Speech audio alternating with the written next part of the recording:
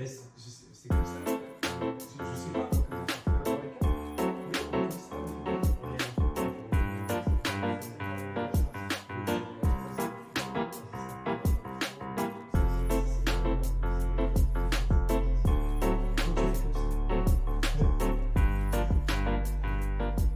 Bonjour à tous, merci de nous retrouver pour ce 5e numéro de Table ouverte. Nous sommes aujourd'hui le dimanche 18 juin. Nous vous remercions de nous avoir suivis, d'avoir regardé les vidéos précédentes. Nous vous invitons à vous abonner à la chaîne, à aimer également nos vidéos, à aimer celles-ci, à commenter également, c'est très utile pour le référencement. Et ce sera le dernier numéro de la saison. Aujourd'hui, il n'y a que Kylian, il n'y aura pas d'autres invités. Nous allons discuter de différentes choses autour de notre slogan, reprendre le contrôle. Qu'est-ce que ça implique et surtout dans quelle dimension de la société ça peut être particulièrement important. Je vous invite également à adhérer à Génération Frexit, à donner, à faire des dons. Et à l'occasion du 18 juin, je vous invite également à voir la vidéo que nous avons faite de l'interview de Pierre-Yves Rougeron pour le premier cercle, qui a été faite, je crois, il y a 2 mois à peu près, et qui a pour titre Le gaullisme et la trahison de ses héritiers, ou quelque chose dans ce goût-là. Nous mettrons le lien en description. Voilà, et bien nous allons commencer. Écoute, Kylian. C'est parti. Kylian, il y a eu une activité là, le mois dernier qui a été assez chargée. Donc il y a eu beaucoup d'événements qui sont en fait une illustration du fait que la France a perdu le contrôle.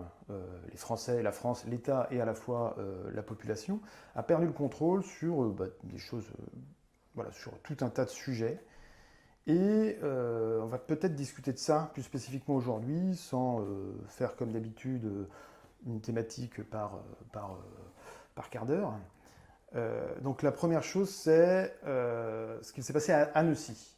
Donc il y a eu donc, ce Syrien, Syrien réfugié en Suède, qui a eu le droit d'asile, je crois, en Suède, et qui était marié, qui ensuite a divorcé, j'ai pas très bien compris, en tout cas qui a quitté sa femme, qui est venu en France récemment, qui a redemandé le droit d'asile, qui ne l'a pas obtenu et qui, pris d'un coup de sang, d'un coup de folie, on ne sait pas très bien, s'est mis à poignarder dans un parc d'Annecy, dans un parc public, des enfants. Alors, il n'y a pas eu, heureusement, de mort. Voilà, ça fait la une, évidemment, de l'actualité. Tout le monde a ça encore en tête. Et tout le monde s'est un peu stupéfait. C'est-à-dire, on a l'impression que la France est devenue une sorte de grand murder park où on peut entrer comme ça et désosser qui l'on veut, sans motif apparent et sans être inquiété, ni avant ni après, quoi. Alors, quel est ton point de vue là-dessus ? Non seulement la France, mais aussi l'ensemble de l'espace européen en général. Parce que, effectivement, l'asile est quasi intégralement géré au niveau européen, mais même plus haut, puisqu'en fait, il y a une convention internationale qui est plus large que le simple espace européen sur cette question. Donc en fait, le régime de l'asile est extrêmement codifié et en réalité, la marge de manœuvre, en tout cas dans le cadre dans lequel nous sommes de la France, elle est très faible, mais même de tous nos partenaires européens. Mais en fait, ce qu'on voit, c'est qu'il y a une absence de contrôle et il me semble-t-il même une absence de volonté de reprendre le contrôle, mais au niveau européen. C'est-à-dire que bon, cet événement aurait pu être l'occasion, l'opportunité du moins, pour l'institution européenne ou pour les États membres au sein du Conseil de l'Union européenne de se saisir de ce dossier en disant, même d'une manière purement,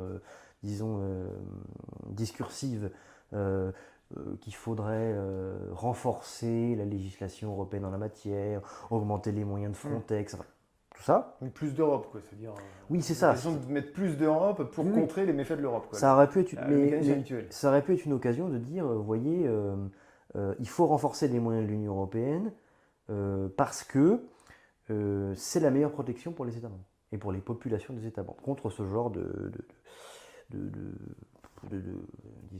d'événements qui sont liés plus ou moins à la liberté de circulation des personnes au sein de l'espace européen. Mais même pas, c'est-à-dire que l'événement est passé comme Alors il y a eu deux choses, c'est-à-dire que c'est un fait divers. On a le côté, c'est un fait divers, on en parle beaucoup parce qu'il y a Internet, ça se passait avant, mais on n'en entendait pas parler. On a entendu ce discours-là. Il y a eu le discours, évidemment. Le gouvernement s'est saisi, notamment, enfin, plus que le gouvernement, le président de la République s'est saisi de l'occasion pour, bon, bien sûr, faire un instant communication. Bon, enfin, c'est pas lui précisément, mais tout le monde le fait systématiquement. Et évidemment, le choc qu'a représenté les tentatives de meurtre sur des enfants suffit à, de toute manière, forcer le président de la République à se déplacer pour cela, parce que, à défaut d'être tout puissant comme il voudrait bien l'être, et à défaut d'être l'hyper-président tel qu'on présentait Nicolas Sarkozy, il faut être au moins l'hyper-gesticulateur, c'est-à-dire qu'il faut forcément se déplacer. D'ailleurs, j'étais étonné que... Il y a eu Darmanin avant lui, je crois. Il y a eu Darmanin avant lui, bon, c'est le ministre de l'Intérieur, donc c'est un peu plus justifié, même si en réalité c'est plutôt le préfet qui aurait dû être, étant donné que c'est une menace circonscrite au département précisément de la Savoie, Haute-Savoie, Annecy, oui, c'est la Haute-Savoie. c'est la Haute-Savoie. Ça m'a échappé. Mais en fait, à part la communication, il n'y a rien eu. Alors, effectivement, il y a le projet de loi immigration a été repoussé au calendrier grec après que le président de la République ait dit aux Français, hein, dans une allocution publique, que le texte allait être scindé. Il me semble que c'est sa première allocution après la motion de censure, allait être saucissonné, l'idée étant de le faire passer plus facilement et de ramener sur le devant de la scène l'opposition LFI et RN, c'est-à-dire les deux grandes oppositions à l'Assemblée nationale sur cette question, puisque c'est sur cette question qu'ils se déchirent, et reprendre lui-même le contrôle de ces institutions par ce biais, mais en fait, semble-t-il que non. Donc, rien. En fait. C'est rien. C'est-à-dire que, passer le choc, rien. Oui, en fait, ça va certainement se renouveler et ce sera le même cirque qui recommencera, quoi. Et quelle devrait être là-dessus la politique que nous devrions préconiser en matière migratoire, en matière de droit d'asile? Alors, à ce titre-là, on peut renvoyer à Charles-Henri, a fait une très bonne interview à Front Populaire sur cette question-là, dont la teneur, grosso modo, est le droit d'asile a été complètement dévoyé. Il y a eu, alors je n'ai pas les chiffres, peut-être que toi tu les as, mais une extension considérable du domaine de l'asile, en quelque sorte. Et à côté de ça, il y a en fait une procédure européenne qui est au bénéfice, en fait, non seulement des migrants, mais même de ce genre de cas, quoi. C'est-à-dire que tout est fait pour que les populations ne puissent plus du tout contrôler qui vient, qui entre, qui sort. Au niveau de la migration, on sait qu'il y a aussi les directives sur le regroupement familial, etc. Ça, c'est une chose que les gens, et même les hommes politiques, dont ils n'ont pas forcément une grande conscience, à savoir que en fait, tout ça est déjà extrêmement cadré, même si c'est mal cadré, au niveau européen. Et donc en fait, la marge de manœuvre est très faible. Alors, en matière d'asile, la marge de manœuvre est très faible, mais cadre européen ou pas cadre européen, parce qu'il y a une convention internationale sur le droit de l'asile, l'asile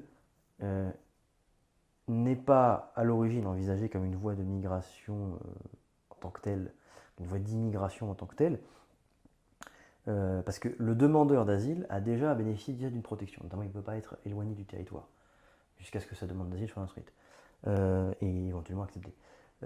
Parce qu'on estime que son intégrité physique, même sa vie, en fait, est en danger s'il retourne d'où il vient. C'est ça l'idée de l'asile. On lui offre protection, donc c'est ça. Mais c'était même pas du tout, enfin comment dire, c'était pas du tout sous la même qualité autrefois. C'est-à-dire qu'aujourd'hui, évidemment, quelqu'un qui fuit un pays en guerre, on va dire qu'il est en danger s'il retourne dans son pays en guerre. Mais c'était pas ça le droit d'asile autrefois. Non, c'était même plutôt un droit élitaire en fait. C'était des opposants particulièrement. Oui, c'était des gens comme Salman Rushdie. Voilà, c'était ce genre de cas, disons, très individualisé. Et je pense que d'ailleurs, mais dans tout ce qui concerne le droit des étrangers en France, mais en général en Union européenne, notamment en Europe de l'Ouest, cette question de l'individu est au cœur d'un régime, de notre régime juridique, puisque, bon, on ne le dit jamais, mais le principe fondateur, hein, fondamental du droit des étrangers en France, c'est le principe d'examen particulier du dossier. C'est-à-dire que, contrairement à ce que disait, je sais pas, par exemple, quand Jean-Luc Mélenchon avait eu sa sortie sur les Tchétchènes, bon, en fait, tout ça n'est pas possible parce que on estime que le demandeur d'asile, la personne qui demande un visa de travail, le clandestin, bon, son dossier doit être examiné en tant qu'il est un individu et qu'il bénéficie donc d'un régime parce que les circonstances sont telles qu'il doit être examiné en tant qu'il est un individu qui demande un titre de séjour ou l'asile, etc. Et en fait, la massification de la circulation des personnes, des voies de migration, fait que, et ça ne va pas s'arranger, hein, fait que le caractère individuel de la demande est de plus en plus obsolète.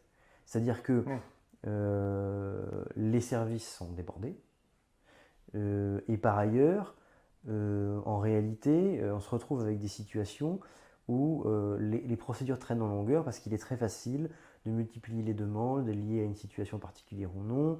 On l'a vu, par exemple, des qualités, au sens général, hein, pas quelque chose de nécessairement amélioratif, mais certaines qualités sont préférables à d'autres. Par exemple, être considéré comme un chrétien de Syrie ou d'Irak était plus avantageux que d'être bon.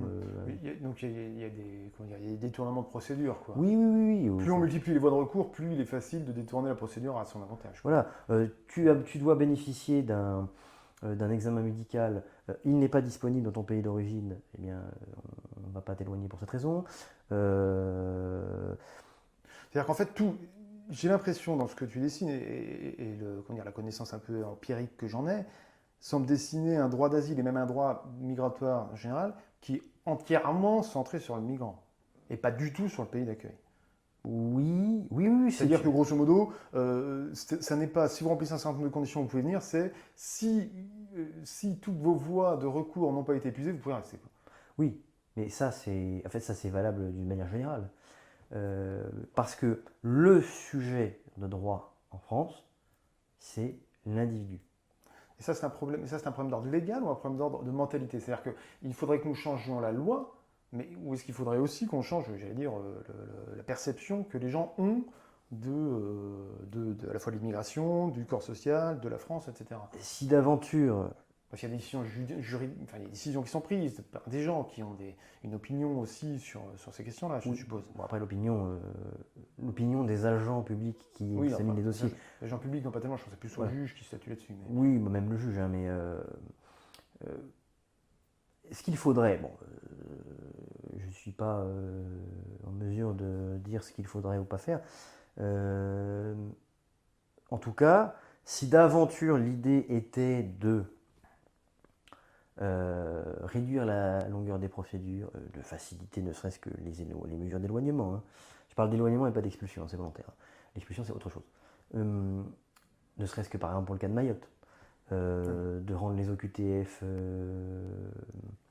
efficaces. Elles ne le sont pas, mais ça tout le monde le sait depuis 20 ans. Les OQTF sont nés d'un compromis suite à la guerre entre la droite et la gauche entre 1980 et 1990.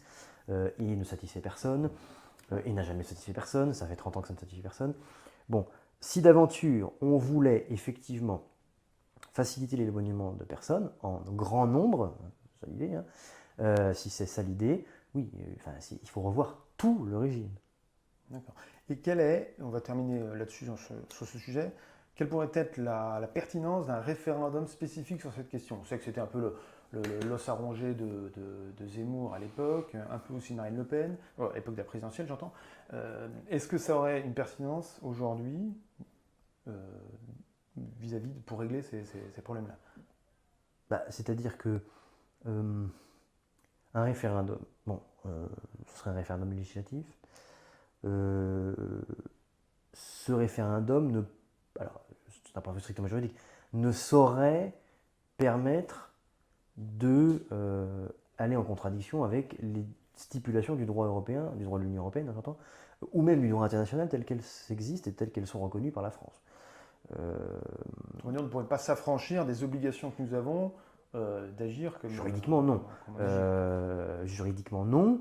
Maintenant, la question va se poser avec certainement beaucoup d'acuité, parce que là, avec l'affaire de la répartition, encore une énième répartition, donc des demandeurs d'asile, je crois que c'est plus large que ça.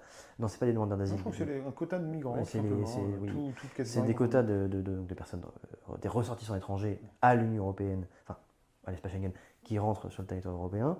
La question va se poser avec acuité, puisqu'apparemment le gouvernement polonais a d'ores et Ah oui, déjà c'est vrai. annoncé C'est vrai. qu'il ne signerait rien, pour résumer, si le peuple polonais ne lui donnait pas son assentiment. Parce qu'il sait très bien en fait que le peuple polonais ne lui donnera pas. Donc effectivement, et ça, si vous voulez, ce qui va se passer, c'est que ça va augmenter les tensions contradictoires au sein de l'Union, comme c'est déjà le cas avec l'affaire des juges en Pologne.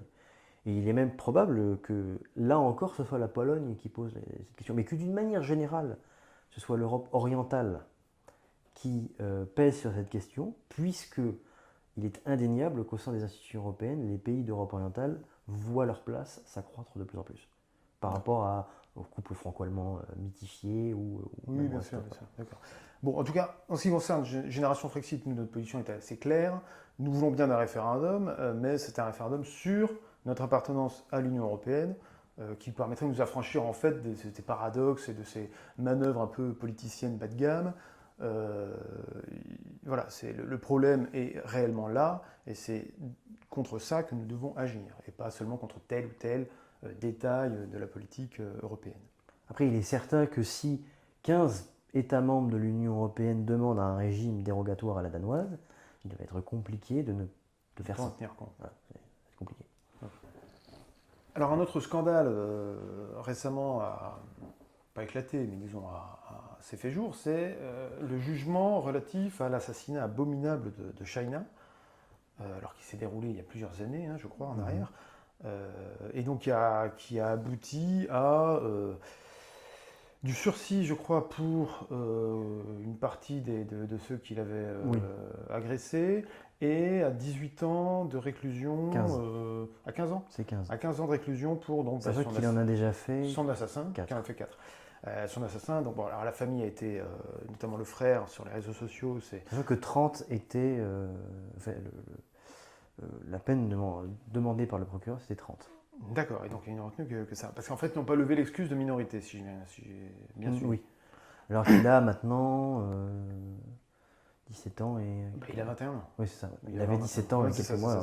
Et sachant surtout que le crime est quand même particulièrement abominable, et il y a une sorte de concentré là-dedans de tout ce qui. Du délitement complet, et aussi des conséquences d'une certaine communautarisation.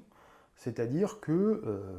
En fait, cette pauvre adolescente a été complètement abandonnée par tout le monde. Alors, pas par sa famille, qui a été une dignité absolument remarquable, vu qu'il est toujours d'ailleurs, mais son frère avait eu ces mots extrêmement durs et en même temps extrêmement vrais sur Twitter, après que le jugement a été prononcé.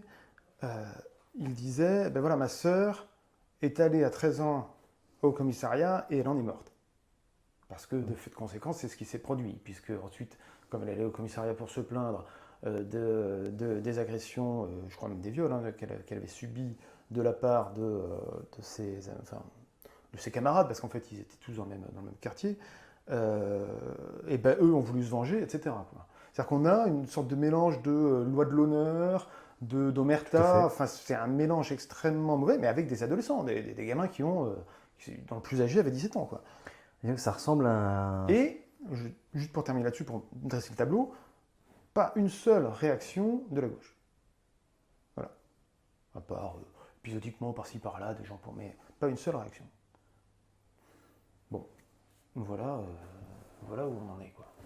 Alors c'est d'autant plus étonnant, sans l'être, que le crime revête un aspect lié au fait que la victime soit une femme, une fille. Ce ne serait pas passé si ça avait été un garçon. Oui, bien sûr. Il y a une double composante, c'est-à-dire que le crime ressemble à un crime rituel, c'est-à-dire Bah, elle a été poignardée à 17 reprises, Ah, un truc c'est comme ça, ça, brûlée, enfin. c'est un crime rituel d'honneur. c'est- C'est-à-dire qu'elle elle a été accusée de jeter l'opprobre sur sa communauté. Et donc elle devait subir les Elle conséquences. devait disparaître. Voilà. Voilà. Voilà.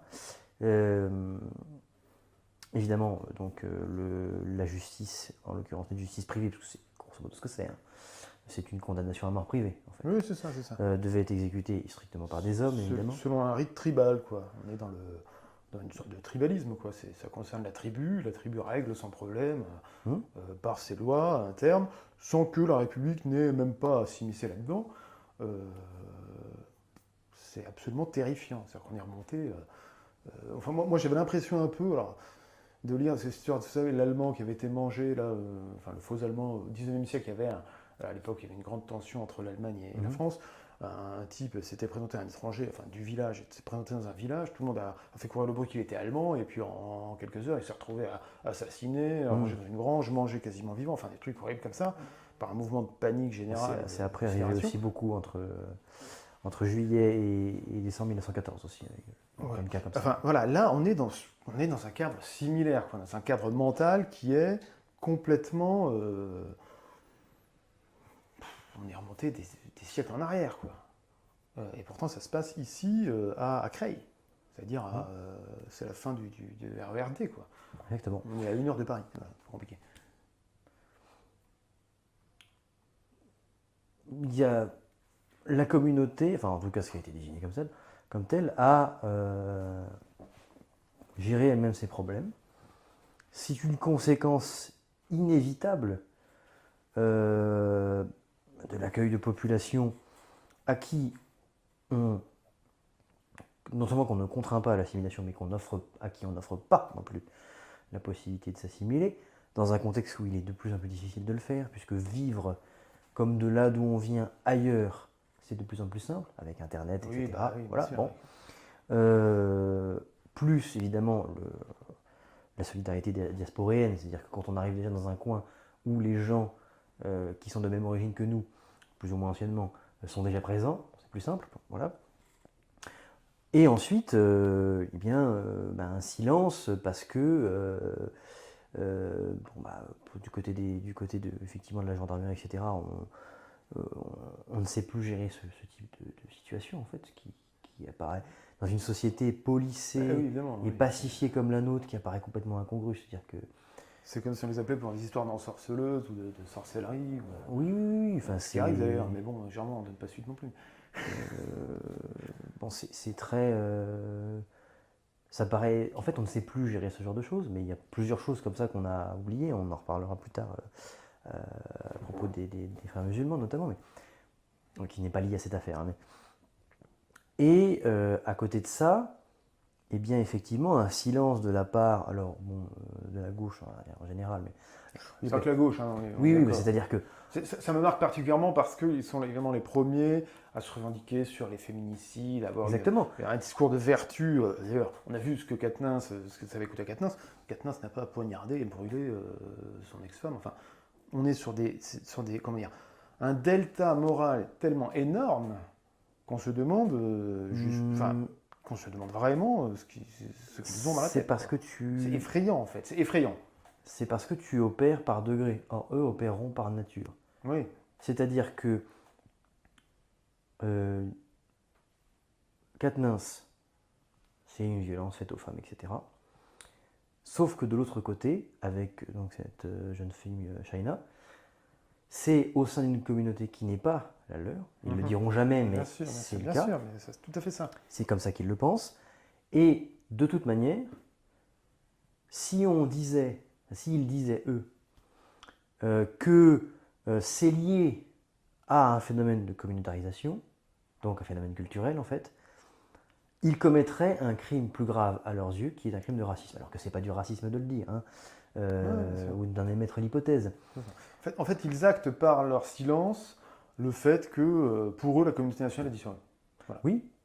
Pour eux, il y a des gens qui sont là, dont il ne faut pas, comment dire, qui peuvent leur servir dans leur discours vis-à-vis de leur cible à eux, qui est la cible, on va dire, homogène socialement et ethniquement, comme une sorte, ça leur sert en fait de miroir du Front National, de miroir du blanc raciste, enfin dénoncé comme raciste, du gilet jaune, etc., etc. Ça leur sert à conforter politiquement leur position, mais en aucun cas, ils n'iront s'immiscer dans leurs affaires, ou en tout cas dénoncer des crimes qu'ils dénoncent ailleurs, parce qu'ils supposent que l'universalisme est mort, et que, ma foi, toute rupture dans ce paradigme-là serait du néocolonialisme, serait faire le jeu de ceux qui le combattent, etc. L'universalisme n'est pas mort. Non, L'universalisme pour eux. est un ennemi. Oui, oui. Parce qu'en fait, D'accord, oui, c'est ça. une gauche qui est sous influence des indigénistes. En réalité, c'est Oui, ça. c'est ça. C'est-à-dire qu'ils ont exactement le même discours. Ils reprennent même des syntagmes, parfois entièrement tirés de Oria Boutelja, etc. D'ailleurs, Oria Boutelja le dit elle-même. Elle parle de prise de guerre, en parlant de Mélenchon, en parlant d'autres. Oui, bien sûr. Ah oui, Elle ils le sont dit dans elle-même. sont dans une volonté d'expansion et d'hégémonie. Donc, C'est sûr. et la gauche n'est pas capable de résister à ça. C'est une gauche prophétique. C'est une gauche prophétique, c'est-à-dire qui explique que maintenant, de toute manière, la révélation à apporter au monde, c'est la fin du capitalisme. Tout le reste, Et quels que soient les moyens. d'ailleurs. quels que soient les moyens. Ils sentent même un marxisme comme ligne d'horizon parce qu'ils ont rompu avec ça. Oui, non, mais ils ne sont pas marxistes. Oui, bien sûr. Non. Mais en fait, ce qui est marquant, je trouve, c'est que, je pense qu'on se rejoint sur ce point de vue-là, c'est-à-dire qu'ils adoptent, tu dis la rupture avec le capitalisme, mais en fait c'est la rupture telle que le voudraient les réactionnaires. En fait. Ils sont dans le même schéma de pensée, ils ne se définissent pas comme ça, mais en réalité, ils ont rompu avec le marxisme et ils finissent par rompre même carrément avec l'héritage de la Révolution. Avec Oui. l'idée qu'il n'y a plus de communauté nationale, avec l'idée qu'il faudrait des lois privées pour des communautés particulières, Ah, il en faudrait, etc., etc. parce que la communauté nationale n'est pour eux qu'une autre manière de parler de la domination. De la domination blanche, ou ce genre de choses. Alors blanche, masculine, C'est ça. capitalistique, voilà. C'est une autre manière pour eux de parler d'elle. C'est ça que désigne véritablement la communauté nationale. Et derrière, il y a des dominés. Or, et c'est là qu'en fait ils ont repris un espèce un élément superstructurel du marxisme, bon, mais qui en fait n'est rien de dont ils ne font rien de marxiste, c'est qu'il y a toujours un rapport d'aliénation, et eux sont du côté des aliénés. Donc en l'occurrence, les aliénés, ce sont les communautés qu'on empêche de vivre, parce qu'il y a cette communauté nationale dominatrice, Oppressive. donc il faut la détruire. Et donc ils laissent passer tout le reste. Moi, ça me rappelle un peu, dans les années 20-30, les surréalistes, et puis ensuite ça déborde dans les années 50, l'espèce comment dire, de fascination qu'avaient les universitaires, anthropologues, sociologues, ethnologues de ces années-là, et donc de gauche, souvent d'origine marxiste, ou en tout cas se revendiquant comme tel, sur les mœurs tribales en fait. Alors ça allait très bien parce que c'était très loin, et donc ils supposaient qu'il fallait que c'était une culture comme une autre, etc. Et donc il fallait la respecter, et on sait tout ce que ça a développé en termes de florissement artistique. Mais là, ça se passe chez nous en fait. Ça ne se passe pas sous les tropiques, ça ne se passe pas sous l'équateur, ça ne se passe pas dans anciennement les colonies. C'est-à-dire ça se passe réellement chez nous. Voilà. Donc là, ils actent le fait que la France disparaît en fait. Elle disparaît littéralement. C'est-à-dire, non seulement la communauté nationale, mais même l'idée de France, parce qu'on ne peut pas supposer qu'on puisse se comporter impunément comme ça en France. Alors on me dira que ce n'est pas impuni parce qu'en fait il a eu de la prison, etc. Mais surtout que c'est sans doute appelé à se renouveler ce genre d'affaires. Il n'y a aucune raison que ça ne se renouvelle pas, en fait. Et puis par ailleurs, ça ne les regarde pas. Et ils ne sont pas concernés puisqu'ils ne risquent pas de subir la même chose. Eux ne risquent rien. C'est comme s'il y avait une réserve d'Indiens, en fait. C'est ça un peu l'idée. On transporte idée. une réserve d'Indiens, sauf que et puis on les met là, on se dit oh regardez, Oui, ça crée un contrepoint civilisationnel. Mais ça, c'est complètement mortifère en fait comme projet, complètement mortifère. Et d'ailleurs, ils arrivent à des points, alors, par ignorance principalement, je pense, où l'Église catholique, l'Église de Rome, est toujours dans leur esprit, qui est resté sur ce plan au XIXe siècle, une des marques de la superstructure dominante, tout en oubliant qu'il y a une critique catholique du capitalisme, peu importe. Ça ne les regarde pas. Social, le sillon Bien sûr, enfin, économique, de toute manière, ils n'y connaissent rien sur cette question. ça ne les intéresse pas. Donc il y a toujours cette idée de l'Église catholique dominante, avec cet universalisme, bien sûr, un catholicos, hein, c'est universel, alors que par contre, à leurs yeux, l'islam, pour ne citer qu'elle, hein, mais ça pourrait être autre chose, ça pourrait très bien être une autre occurrence chrétienne, une autre école, l'islam est vu comme une religion communautaire, puisque n'appartenant pas, appartenant pour eux à une minorité dominée, alors même qu'elle est elle aussi Oui, entièrement universaliste. Donc le risque, c'est qu'ils finissent même par se faire déborder par un autre universalisme. Bon, pas de même nature, mais qui sera tout aussi universel que le premier. voilà, donc là, encore une fois, un autre exemple du fait que, eh bien, là, c'est au point de vue de la justice et de la police, c'est-à-dire qu'on a perdu le contrôle sur une partie, mentalement, je dirais même sur une partie de la population, en fait.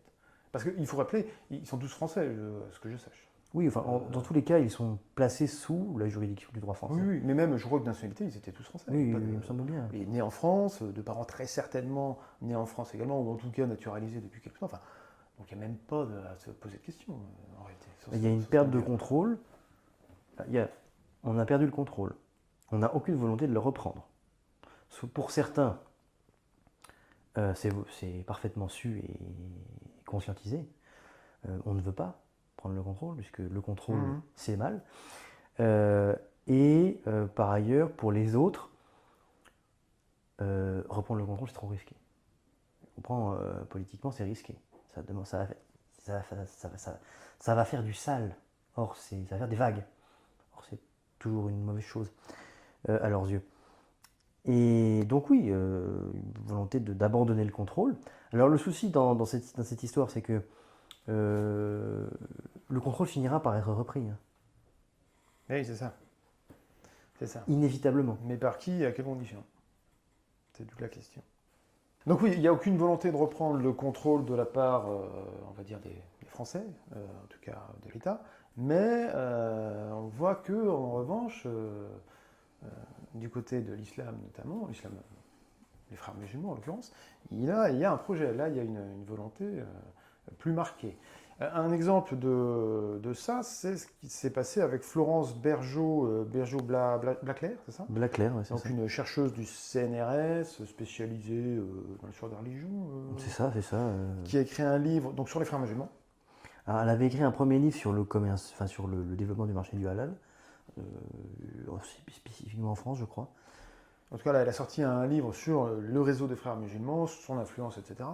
Et puis, elle est menacée de mort. Et maintenant, elle est carrément sous surveillance policière. Il a fallu annuler des conférences qu'elle devait faire dans des universités.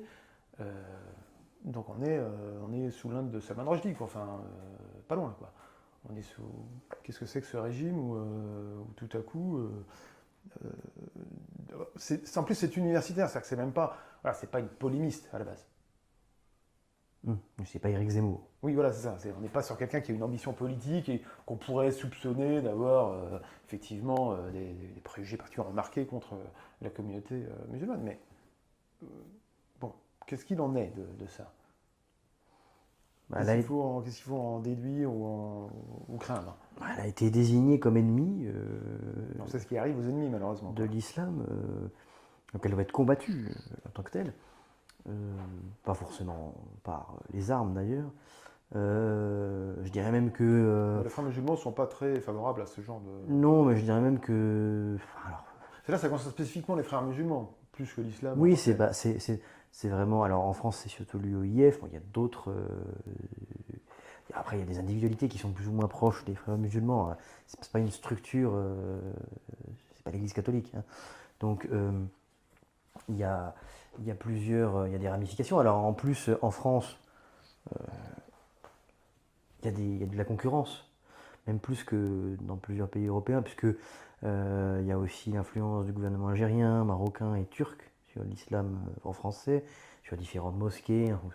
C'était très compliqué, des enjeux de pouvoir, parce qu'il y a des enjeux de diaspora derrière, donc de diaspora nationale, Oui, bien sûr. alors que les frères musulmans ont une vision de la communauté musulmane de France comme un ensemble, qui fait partie d'un ensemble plus vaste, la Oumma, mais mais d'un ensemble restreint qui est la communauté musulmane et qui transcende de manière universelle les différences d'origine. En tout cas, eux semblent avoir une stratégie.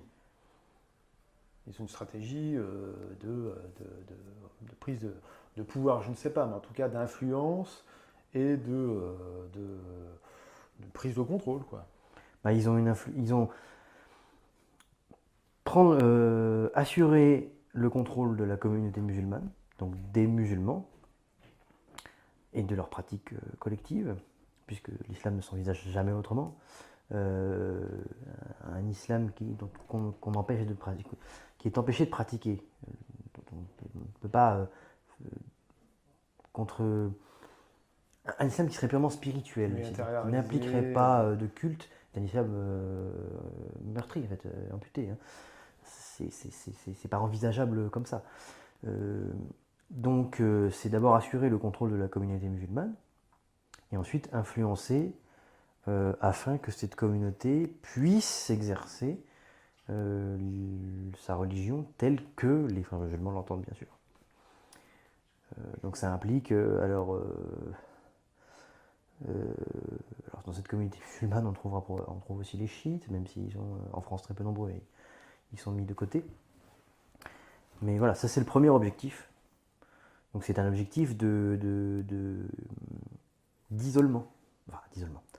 Non, c'est un objectif de discrimination au sens propre, c'est-à-dire faire la différence d'eux. Voilà. Isoler, identifier la communauté musulmane et en faire un ensemble structuré, Cohérent. solidaire, cohérent, qui agisse afin de favoriser ses intérêts et afin de pousser les pions là où il le peut,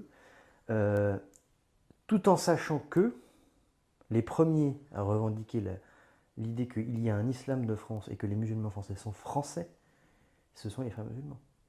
D'accord, donc autrement dit, lorsque Nicolas Sarkozy a institué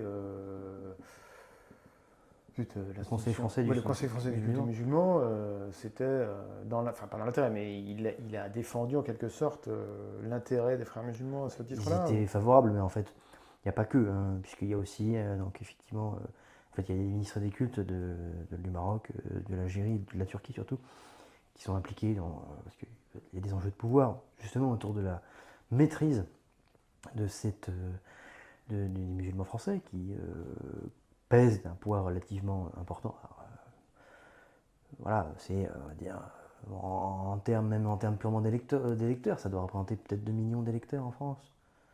C'est pas rien, hein. Oui, bah oui, c'est sûr. Ça fait 10 millions quand il y a 10 ou 15 millions d'abstention.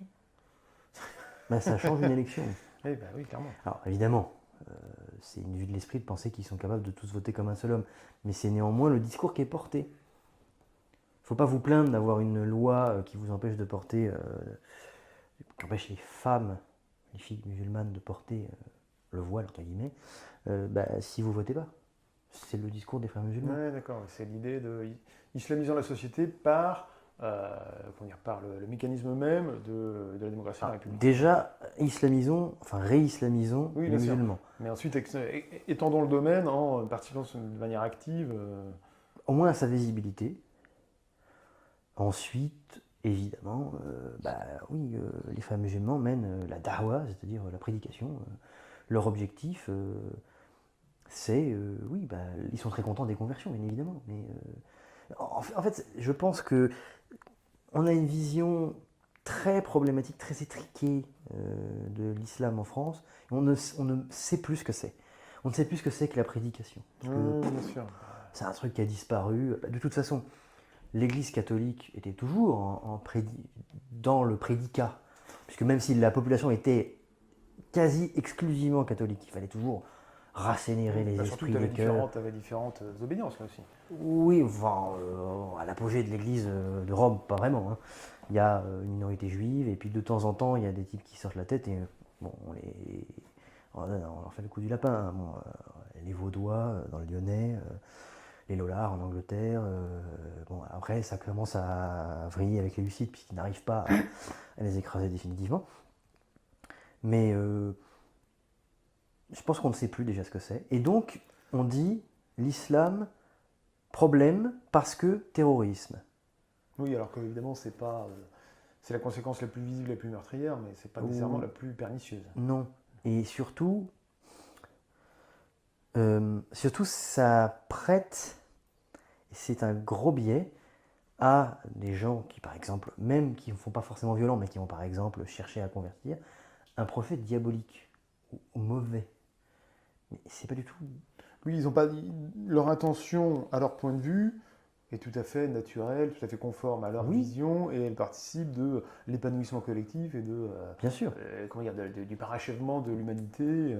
Ils sont dans cette vision-là, Et Bah, mais- comme le sont, d'ailleurs c'est pareil avec les églises évangélistes, qui sont tout à fait dans une sorte de charisme comme ça, où on essaie de convertir les masses au bienfait de telle ou telle croyance, enfin, en l'occurrence de la croyance évangéliste là, mais Parce que la communauté musulmane doit, pour eux, améliorer leur société. Alors ça veut dire quoi, améliorer leur société? C'est la rapprocher de Dieu.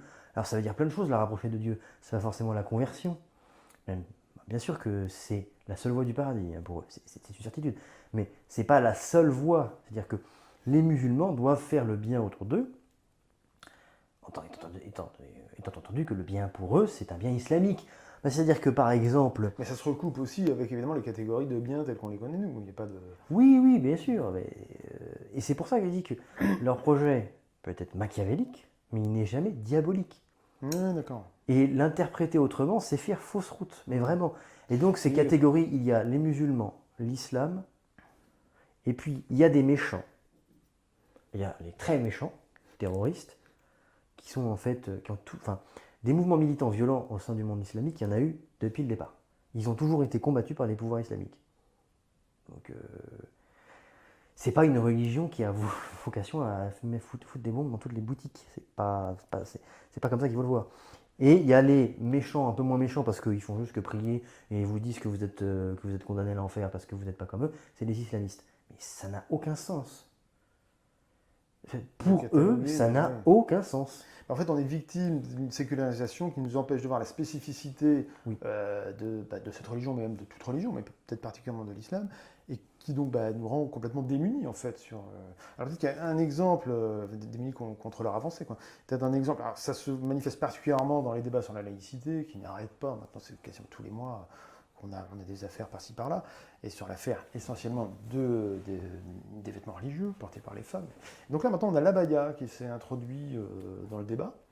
Récemment, là, on a eu, je crois, des établissements qui veulent, scolaires, hein, qui veulent faire en sorte que les élèves ne viennent pas en abaya, qui est donc un vêtement, alors, moi je ne suis pas spécialiste, un vêtement islamique, mais qui n'est pas vraiment religieux, si j'ai bien compris, vraiment, mais qui est un marqueur de toute façon, qui de toute façon n'est pas un vêtement français, ça c'est sûr, et qui est un marqueur, en fait, malgré tout, d'appartenance au moins communautaire, voire religieuse. Et ça fait partie de la stratégie un peu des frères musulmans. Enfin, je ne dis pas que ces gens-là sont poussés directement par les frères musulmans, hein, bien évidemment, mais c'est un peu la manifestation de cette stratégie-là, en quelque sorte. C'est la manifestation de l'influence de ce discours. C'est-à-dire que vous devez être visible en tant que musulman. Vous C'est ça, devez assumer pleinement, oui, vous devez assumer pleinement. témoigner, protester. C'est ce qu'on dit. Ça ne veut pas dire étouffer l'autre de manière à ce qu'il le devienne, du moins pas directement. Évidemment, après, il y a toute la question de la pression sociale, etc. Bon, voilà, il y a tout ça. Et puis de ce que permet la conversion ou non, hein, bien sûr.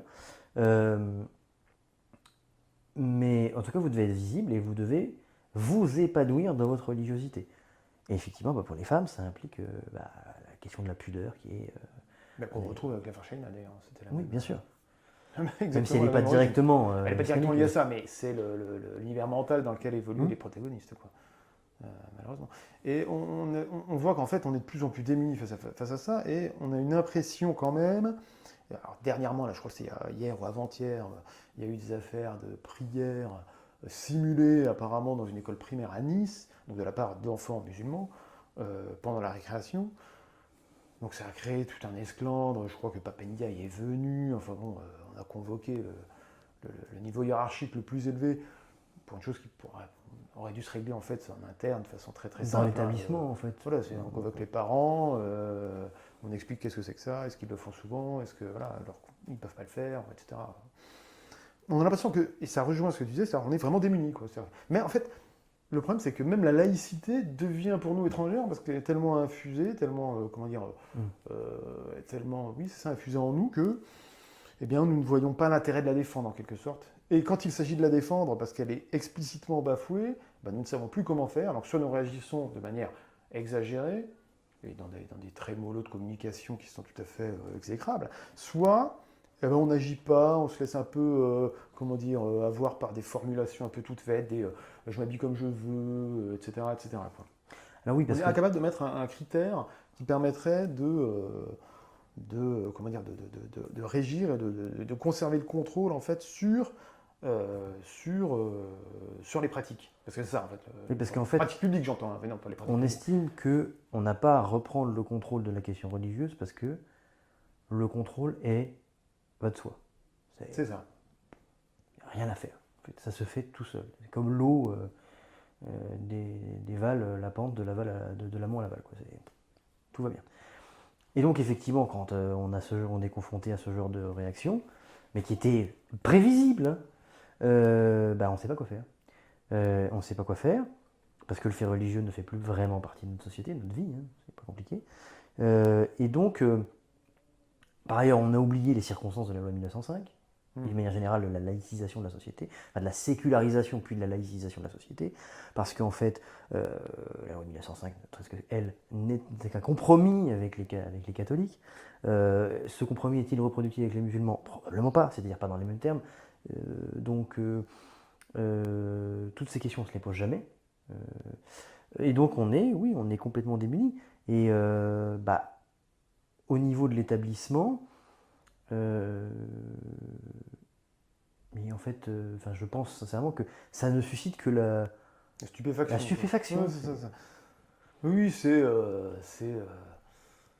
En fait, moi, ça me fait penser à, j'imagine très souvent, quand quand l'aristocratie romaine voyait débarquer des chrétiens en se disant, mais ces gens-là nous parlent d'un arrière-monde où on serait tous égaux, alors qu'eux, ils vivent dans un polythéisme, où en fait, quand tu es noble dans la vraie vie, tu vas aux Champs-Élysées, et puis quand tu es un roturier, tu vas on ne sait pas où, on s'en fiche, Oui, oui. etc., avec une héroïsation des comportements, alors qu'eux prônent exactement l'inverse. Enfin, on est dans un monde, alors le contraste n'est pas si grand hein, qu'à l'époque, mais on reproduit ça à notre échelle en fait, c'est-à-dire qu'effectivement on est démunis parce qu'ils nous parlent d'un point de vue qui pour nous n'existe pas, ou en tout cas n'est de toute façon pas valide au point de vue politique, et donc on ne sait pas réagir. Le problème c'est que dans les faits, il y a une pratique, quoi. Et donc il faut être capable de faire ça. Alors je me demandais si, sur la question stricte du vêtement, finalement l'uniforme n'était pas la solution.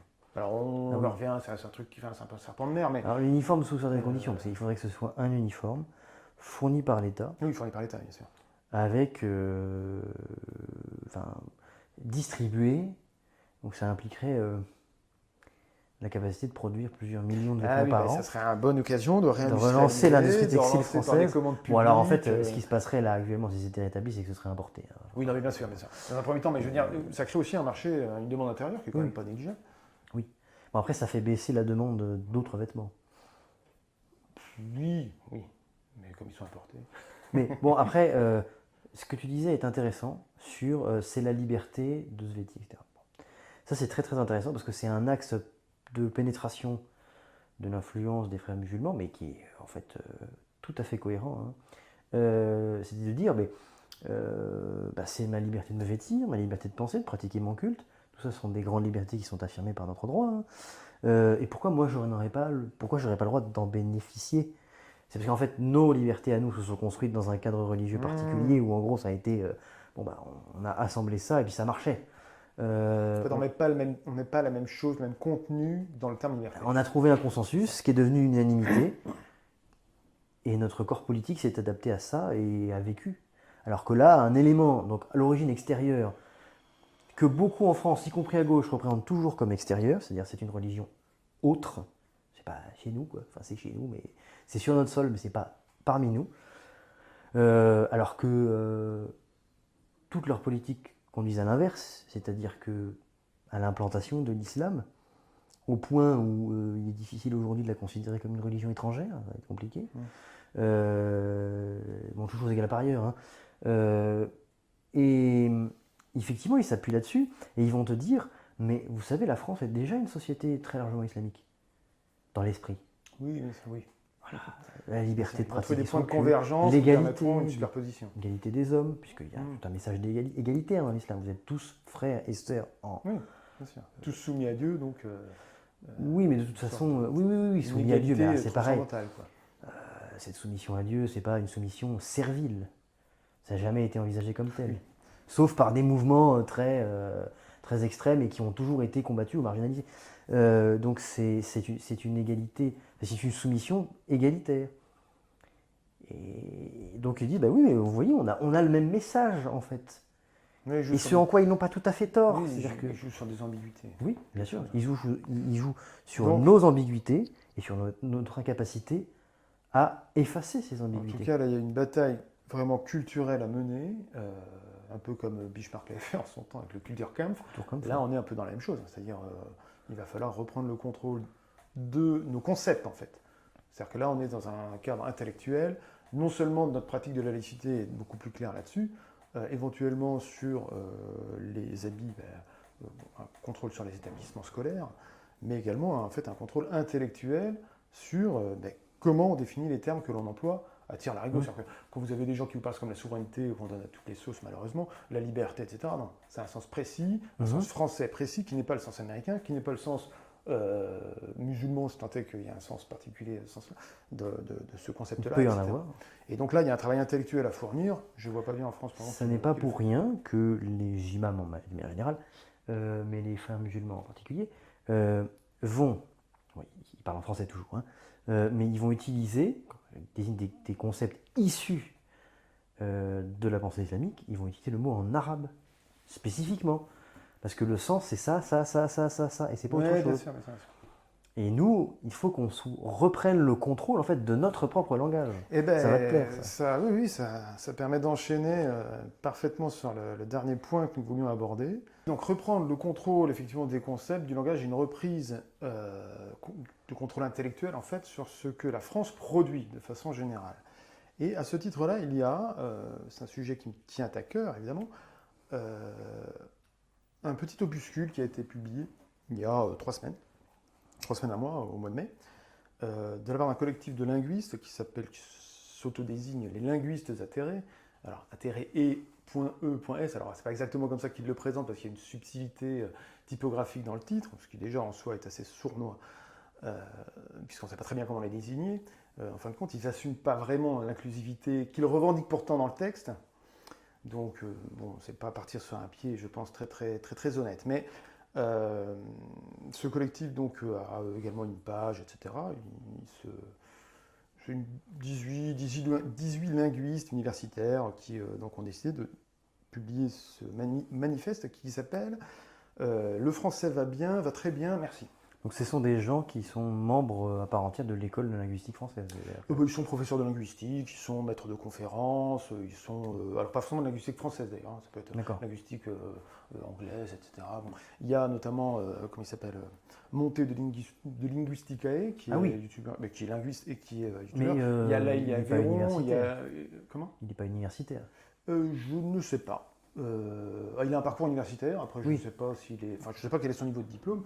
Moi, ça ne m'intéresse pas beaucoup, on va dire, ces histoires-là. Il y a notamment Anne Abeyé également, qui est l'une des co-directrices de la Grande Grammaire du français qui était parue, je crois, il y a 1 an ou 1 an et demi. Alors un projet extrêmement vaste de faire une grammaire du français maximal, de la francophonie d'ailleurs, de toutes les façons, toutes les variantes du français qui existent, etc. Alors, c'est un projet qui, à ce point de vue-là, est très intéressant. J'ai lu la préface, je n'étais pas tout à fait convaincu de leur choix, mais bon, passons là-dessus. En tout cas, ce tract-là, qui est donc très facile à lire, prend en fait pour cible ce qu'ils appellent les puristes. Voilà. Ils ne définissent pas vraiment ce que c'est. On comprend que les puristes sont à droite en raison des exemples qu'ils en donnent. On comprend que c'est l'Académie française, mais en fait, c'est un peu tout le monde. Et ça laisse une impression assez déplaisante parce qu'on sent à la lecture que le puriste, c'est en fait ceux qui ne pensent pas comme eux, ceux qui ne sont pas linguistes. Ce qui est quand même très vaste. Donc ils se mettent à dos beaucoup de gens, je pense. C'est une vision très élitaire aussi. Ben oui, paradoxalement, oui. Ouais, ouais. Alors, bon, eux s'en défendraient très certainement, mais ils ont des propos qui sont assez étranges. Alors, c'est intéressant, si on ne connaît pas, si on n'a aucun rudiment, si on est novice dans la question de l'histoire de la langue française et de la linguistique, je recommanderais presque de le lire parce qu'il y a des éléments très intéressants. Cependant, d'abord, il y a des approximations, des choses très bizarres, j'y reviendrai peut-être, je prendrai quelques exemples, mais surtout, ça participe en fait d'un mouvement qu'on aurait aimé obsolète, mais qui est celui de l'historicisme. Absolu. L'idée que finalement, une langue a une histoire, qu'elle ait une évolution permanente, elle est dans le devenir en permanence, et donc par conséquent, il n'y a pas lieu de consacrer une forme particulière, et l'orthographe n'est qu'une forme historique qui passera, et qui est passée, etc. Bon. Si on les suit, en fait, le latin n'a jamais disparu. C'est ça. C'est vrai que si on devait, même l'indo-européen, on pourrait remonter plus loin. C'est-à-dire que la première langue originelle, on parle encore aujourd'hui, la première langue originelle fantasmée en quelque sorte, qui n'est qu'une accumulation de fautes, etc.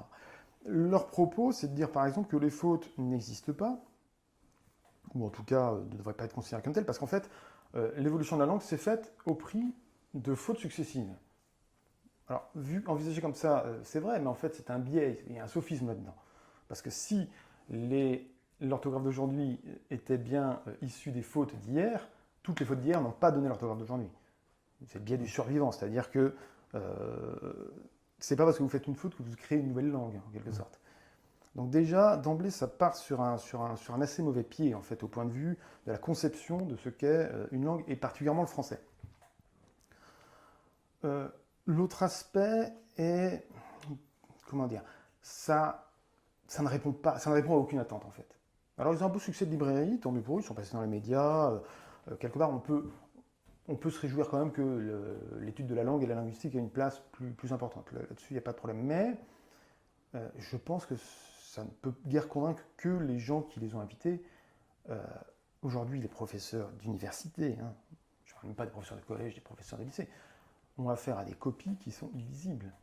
On parle quand même, enfin toi-même, je crois que tu as donné des cours, enfin, moi je me souviens quand j'étais à la fac, c'était il y a longtemps, c'était il y a 15 ans, plus de 15 ans, moi j'avais affaire à des élèves qui étaient en licence d'histoire, enfin des élèves, c'était mes camarades, hein, moi j'étais pas professeur, qui ne savaient pas lire. Alors, ils avaient du mal à lire à voix haute, ça peut être mais en fait c'est pas seulement ça, ils avaient du mal à écrire, ils avaient du mal à lire, etc. Ces gens-là sont devenus professeurs d'histoire, très certainement. Donc en fait, il y a quand même une crise énorme du français, qui dépasse très largement les questions orthographiques, en fait. Qui dépasse très largement les marronniers qu'aiment beaucoup nous présenter les journalistes ou les correcteurs, les spécialistes du bon langage, on va dire. Les fameux nénuphars qui s'écrit PH alors qu'en fait il devrait s'écrire avec un F, etc. Mais en fait, c'est pas du tout ça le problème aujourd'hui. Le problème aujourd'hui, c'est qu'il y a un appauvrissement du lexique. Les élèves ont moins de lexique. Il y a un appauvrissement de la syntaxe au point que les phrases en deviennent incompréhensibles. Et évidemment, ça a une incidence, une répercussion sur le raisonnement et tout le reste, en fait. Il y a un délitement complet, pas seulement des facultés de lecture et d'écriture, mais de la faculté de conceptualiser. On en revient à ce qu'on disait tout à l'heure. C'est-à-dire qu'à côté de ça, on a un certain nombre d'adversaires, pas seulement les frères musulmans d'ailleurs, l'Union européenne en fait partie aussi, qui profitent de ça pour, imposer en fait une représentation faussée de l'histoire, de ce qu'est la souveraineté, de ce qu'est la nation, de ce qu'est la politique, etc. etc. D'ailleurs, il suffit de lire la production des bureaucrates de Bruxelles. On est très très éloigné des canons français, du style, de l'élégance, sans même remonter jusqu'à Molière. On a affaire à un gloubi-boulga. Dans la rédaction du droit, c'est très visible. Je pense qu'en droit, ça va être particulièrement prégnant. Donc ça ne peut pas être sans conséquence. Moi, je me souviens d'un livre, alors qu'ils connaissent très certainement, qui s'appelait La langue du Troisième Reich, qui est écrit par Klemperer, qui était un linguiste allemand, qui a vécu, est juif, qui a vécu à Berlin, qui était professeur, et qui évidemment a cessé d'être professeur dès lors que les lois antisémites se sont appliquées, qui a vécu reclus et qui ensuite a noté en fait dans son journal toutes les occurrences, a fait toute une discussion linguistique, une sorte de il a décortiqué en fait la langue du totalitarisme hitlérien. Bon, Tout en vivant en Allemagne. Oui, non, ça c'est prodigieux. Tout en vivant en Allemagne, il était dans une situation extrêmement précaire et très, très, très, très dangereuse, très menacée. On pourrait faire la même chose aujourd'hui avec la langue de l'Union européenne, quoi. On n'aurait pas exactement la même chose, mais on aurait les mêmes distorsions, les mêmes inventions, les mêmes fantaisies complètement baroques, des périphrases absolument hyper longues. Enfin, c'est politiquement correct, pour désigner des choses extrêmement simples, on complexifie des choses extrêmement simples et on va tout contracter au contraire en un mot pour désigner des processus qui, eux, en fait, sont très complexes, en tout cas ont des répercussions extrêmement, extrêmement importantes. Donc, là, je me suis un peu éloigné du sujet même, qui était ce tract publié chez Gallimard. Donc, j'ai l'impression ils sont en retard d'une guerre, quoi, clairement. Ils pensent être en avance, en réalité, ils sont très en retard. Ils sont très en retard. Ils ne parlent pas une seule fois dans leur tract des études faites sur l'influence des écrans sur l'intellection générale des élèves, qui est calamiteuse. Ils n'en parlent pas une seule fois. Non seulement ils n'en parlent pas, mais ils suggèrent même que, en fait, ça serait peut-être positif, c'est créatif, etc. On voit qu'ils sont, en fait, dans une vision de la langue dans laquelle l'écrit a disparu, dans laquelle l'écrit n'est qu'une variété de la langue. Alors même que les écrans ont redonné une place à l'écrit. Exactement, c'est assez paradoxal. C'est assez paradoxal. Dans lequel, finalement, voilà, l'écrit est une variété de la langue parmi d'autres. Par conséquent, eh bien, son orthographe n'a pas d'importance puisque l'oral prédomine. Logique. Et ils ne tiennent pas du tout compte non plus d'un fait tout simple, qui a été commenté lorsque ça s'est sorti. Il y avait une dictée qui a été faite en 87, ensuite en 2007, je crois, et en 2015. Donc à 30 ans d'intervalle. Dans la rue, là, c'est ça? Comment? Qui donnait dans la Non, rue? non, plutôt une dictée faite à des élèves de, alors, je ne sais pas quel âge ils avaient, de primaire en tout cas, peut-être de collège, mais de primaire.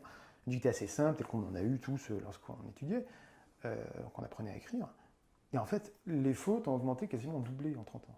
Les fautes il n'y a pas de biais culturel, il n'y a pas de biais, etc. Et bien, ils ne se posent pas la question. C'est-à-dire que leur tract paraît complètement décalé, en fait, avec ce que les gens ressentent vis-à-vis de la langue française. En fait. Donc, je ne sais pas très bien où tout ça ira. Je ne sais pas si moi, j'ai l'impression qu'ils ont l'ambition, ayant monté ce collectif, de proposer une réforme de l'orthographe et de la grammaire, de supprimer, par exemple, l'accord du participe passé, etc. Ils pourront te répondre que, bah oui, mais si la langue était moins abstruse, absconce, les deux peut-être, était moins boursouflée, les élèves s'en sentiraient mieux. C'est ce qu'ils supposent, tu penses? Oui, ça va. J'imagine que ce serait leur moyen de défense. Mais moi, je pense surtout que soit on réforme complètement, mais c'est impossible, l'orthographe française, mais c'est impossible pour des tas de raisons que je ne vais pas détailler ici, soit on la réforme à la marge et ça ne changera strictement rien. Et en fait, il y aurait toujours des problèmes de difficultés, d'apprentissage, etc. C'est-à-dire qu'en fait, il faut se dire que cette langue est donnée, elle est quasiment irréformable, et il faut adapter l'enseignement à cette donnée, et pas essayer de faire des changements qui, si on en faisait le détail, on s'apercevrait qu'on dérange beaucoup plus en réalité qu'on améliore la situation. D'autant plus qu'on n'a pas le monopole de cette langue. C'est-à-dire que nous partageons cette langue avec d'autres peuples qui n'ont strictement rien à faire de nos volontés réformatrices ou non de la langue. Ah oui, je pense en plus, alors ça c'était amusant parce qu'ils s'appuient en partie là-dessus, ils disent le français n'appartient pas à la France, bon, ce qui est vrai, mais ce qui est un peu provocateur, volontairement provocateur. D'accord, mais je ne suis pas du tout convaincu, je suis même assez peu convaincu que, aussi bien au Québec qu'en Afrique noire, les élites africaines, etc., soient acquis à des révolutions de l'ordre de ce qu'ils semblent vouloir proposer. Voilà. De toute façon, ils sont pris dans une contradiction interne, parce qu'on ne peut pas à la fois prétendre qu'il faudrait donner plus de place au français phonétique, en quelque sorte, et en même temps nous dire, oui, mais il y a des langues régionales, il y a des tournures régionales, il faut aussi les favoriser. Tout ça ne va pas sur une uniformité, ça contredit l'idée d'une uniformité de l'orthographe. Donc je ne sais pas très bien où ça va aller. je serais très qu'on est intéressé à en discuter avec eux. Je ne suis pas certain qu'ils me considéreraient. Je ne suis pas certain qu'ils considéreraient mon opinion comme valide, évidemment. Mais je pense que ça a lancé une polémique qui va sans doute durer un peu. À mon avis, on va entendre parler de nouveau de ces affaires-là. Et bien voilà, ainsi s'achève ce cinquième numéro de Table ouverte. Donc vous l'avez compris, hein, nous avons là aujourd'hui centré sur reprendre le contrôle, pourquoi il est important en fait de le faire dans tous les domaines. Ça ne concerne pas seulement des dimensions purement politiques extrêmement précises, hein. En fait c'est global, il y a une perte de contrôle générale et il faut se ressaisir. C'est pour ça que Génération Frexit a été créée. C'est pour ça que je vous invite à nous suivre, que je vous invite à aimer cette vidéo, que je vous invite également à vous abonner et à donner à Génération Frexit, à faire un don, à adhérer à Génération Frexit. Voilà, nous nous retrouverons en septembre avec un programme qui reste à déterminer, avec Kylian si tu es toujours partant, je suppose. Si je suis toujours dans opérationnel.